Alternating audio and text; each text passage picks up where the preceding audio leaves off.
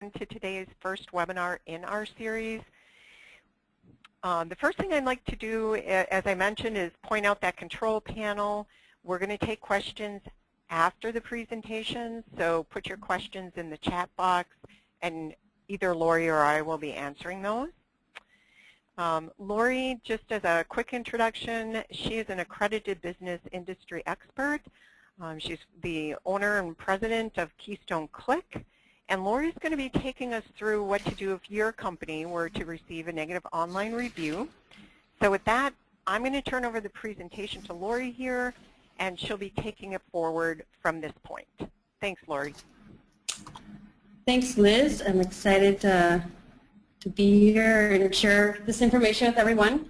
A quick overview about me. I'm the owner of Keystone Click. We've been in business since 2008. I've got about 14 years experience in marketing, with the majority of that being online and digital marketing.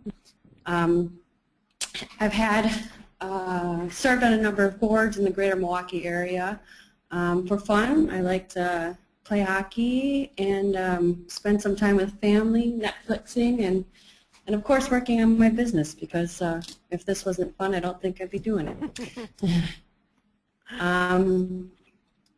Keystone Click is a digital marketing agency. We work with clients to help them build the largest presence that they have online. So offering e-commerce, building websites that give them the capability to update it on their own, and most importantly, social media management and digital marketing management. So making sure that you have a good brand recognition online.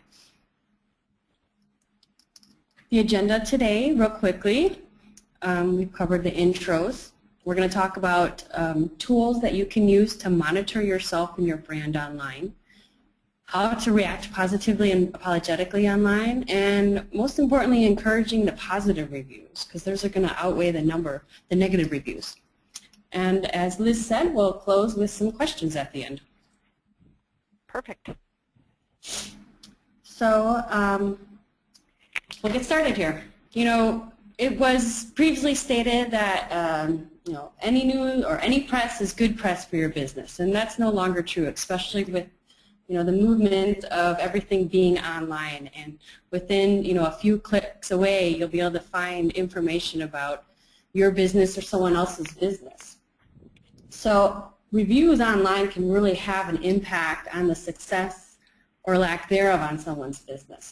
Thinking about Yelp and how Yelp is a review tool for restaurants. Most people going out to eat are going to Yelp and finding if that restaurant is a quality place to go, if it's good service, the quality of food is good, the pricings are in line with what it is that you get for. And if you have negative reviews on your business as a restaurant owner on Yelp, that's going to have a very bad impact on your business. Along with products, products are being reviewed online, and people are influenced on their purchasing decisions whether or not to move ahead and buy that product if it has a positive review or a negative review online.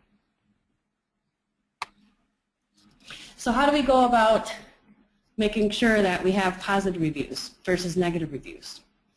And to make sure that a positive review actually or a negative review actually turns into a positive review. There's 4 steps that I've outlined here. We'll go through these real quickly and then open it up for questions. First is not to respond right away. What you want to do is step back, read the review, digest the information, and then respond, or map out your response and then put the response publicly online. In order to make sure that you are responding, you need to monitor yourself or your brand online, and I'll share some tools with that. When you are reacting or responding online, it needs to be a positive and apologetic. So if it's negative feedback that's posted out there, you need to be publicly apologizing, even if whatever the incident is not your fault. And finally, it's really good to encourage positive reviews online. So if your audience is not aware that you are accepting reviews or your business is open to having reviews published online, which most businesses are, they're not going to go ahead and do it. So monitoring yourself online. There's 2 tools here that I'm sharing with you. There's a number of them out there on the internet. If you just Google brand monitoring tools, you'll find a bunch of them, free ones and paid ones. I've got a free version and a paid version on here. Google Alerts is free, and what they do is you type in a specific key phrase where you're usually going to want to type in the name of your business or your name as the alert, and then you will receive an email notification whenever that key phrase is published on the internet. Mention is a paid version, and there is a free version, but the paid version has what's different than Google Alerts is that it integrates with social media, meaning if there is a mention of you online, you can easily share that specific mention again.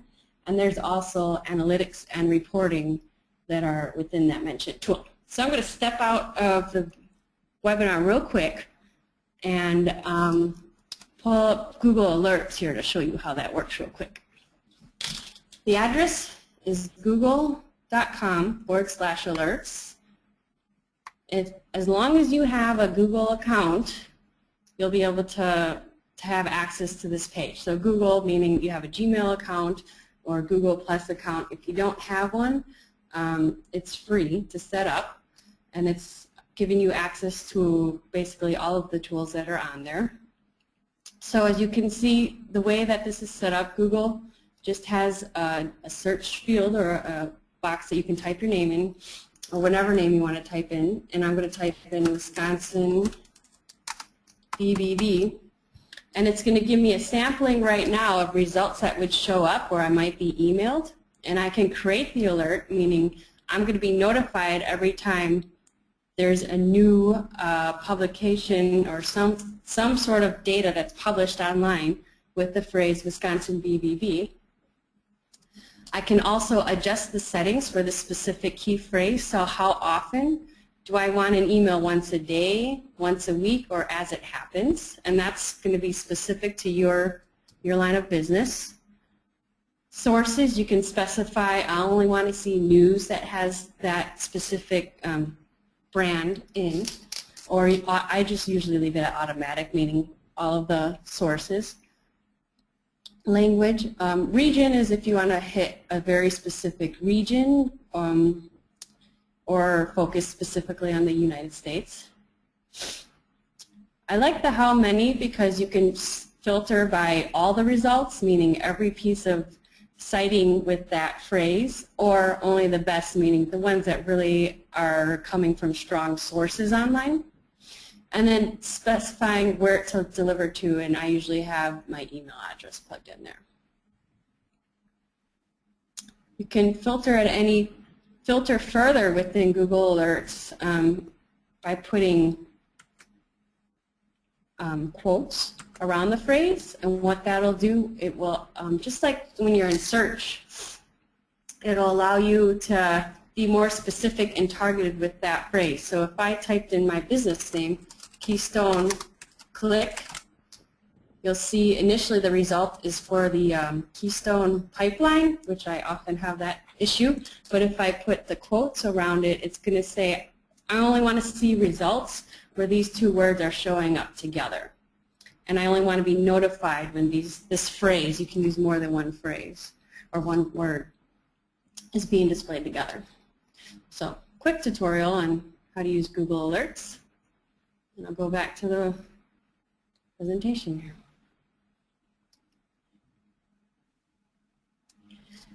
All right, moving on.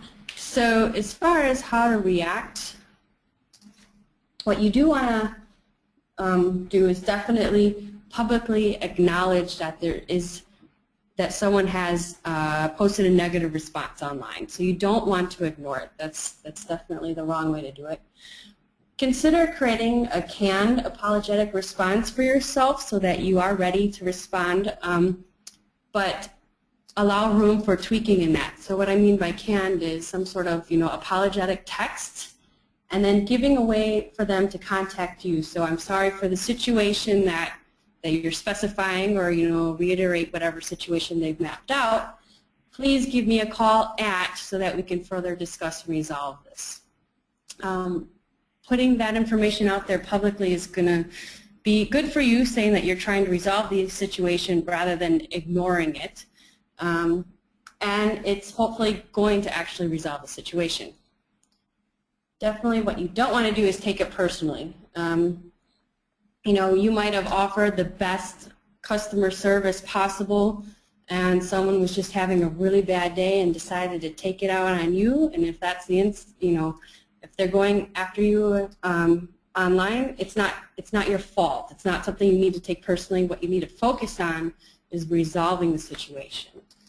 And on that note, don't fight back. Don't lash out publicly online, because that's just going to hurt you even further. And I know Liz has some comments regarding how BBB customer reviews do not have an impact on your BBB rating. Right. Thanks, Lori. Actually, maybe let's go to the next slide. I don't know if that's where we have the piece on the customer service I think it's a couple slides out, but we could... Okay. So I'll come back to that, but of Okay. course the BBB does accept customer reviews online now, so some of the attendees may have received a customer review, but customer reviews today do not affect the BBB rating in any way, so I think that's just important to let accredited businesses know that. And we'll come back to that again when we get later in the presentation.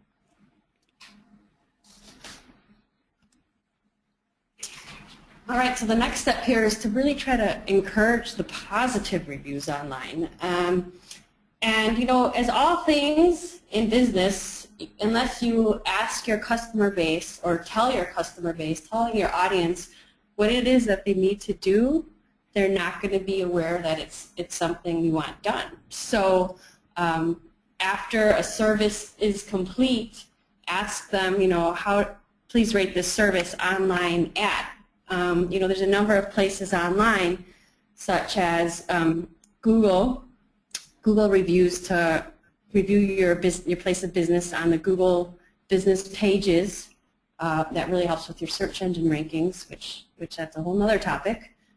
Yelp, Facebook accepts reviews for your business, and of course the BBB allows for reviews. So among a number of places. But identifying where it is that you want to focus on and guiding your audience to those places so that they then can go ahead and leave a positive review. And there's nothing wrong with rewarding those that give a positive review. So, if someone goes and writes a review, and you can offer a coupon as a token of your appreciation. One of the things that I do, because our business is more service focused versus a tangible product, is occasionally we'll do some pro bono work, and I'll ask the recipient of that work to leave a review online, as sharing how our working with us went. And usually when that's the case, they're going to be more willing to take the extra step, seeing that they didn't necessarily pay for the services rendered.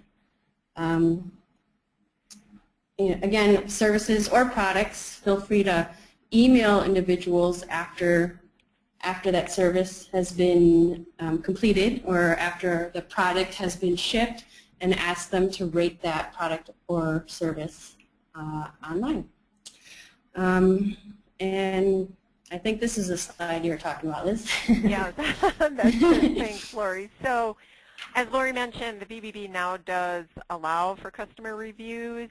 So a couple of things that I wanted to bring forward for our group today is that what happens with a customer review here is that when we receive a customer review online, it always gets sent to the business, and they have 72 hours to respond to that before we post it on your report with BBB. So if a business responds back to us and says this is not a customer, we would not post that review, because we only allow customer reviews, not third-party reviews. We do have a verification that is required by that customer. So it's a two-step process that helps us validate the customer's name and contact information. So that's a little bit different than other customer review sites. And then we're showing here on this slide that this logo, this icon, is a great way to encourage those positive reviews that Lori is talking about. So only accredited businesses can receive the icon. But what's nice is you could post that on your website. If you're going to encourage your clients to post a positive review, that's a hyperlink, and it gets posted right over to BBB, and they can submit to us. And I do think that accredited businesses certainly know that positive reviews are going to help them. I just did a quick check in our database, and about 60% of all the reviews that were posted in the last year were posted on accredited businesses, and they queue very positive. 66% of those reviews are positive. I compared that to non-accredited businesses, and if the company was not accredited and someone posted a review, 70% were negative. So I think it really bears out that, you know, for those people who are happy with your service, it's just a great way to get it out there and let people see it. Thanks, Lori. Yeah, thanks, Liz. In summary here, take a deep breath and pause before responding. We want to make sure that you really have mapped out a response and you're hoping to resolve the issue. Use the tools that we discussed. There's a number of tools available online to monitor yourself. Definitely start with Google Alerts as it's free, and check out Mention because there is a free version, but there's also different levels of the paid version. React positively and apologetically, acknowledge the issue, try to resolve it. Most importantly, do not ignore it. And definitely encourage the positive reviews. Tell your audience where you want them to go to submit the reviews, and consider rewarding those who do write a positive review. I think now we'll open it up for questions, and if we don't get to all of your questions, you can feel free to reach out to either Liz or myself. Perfect. Feel free to post a question in the chat box.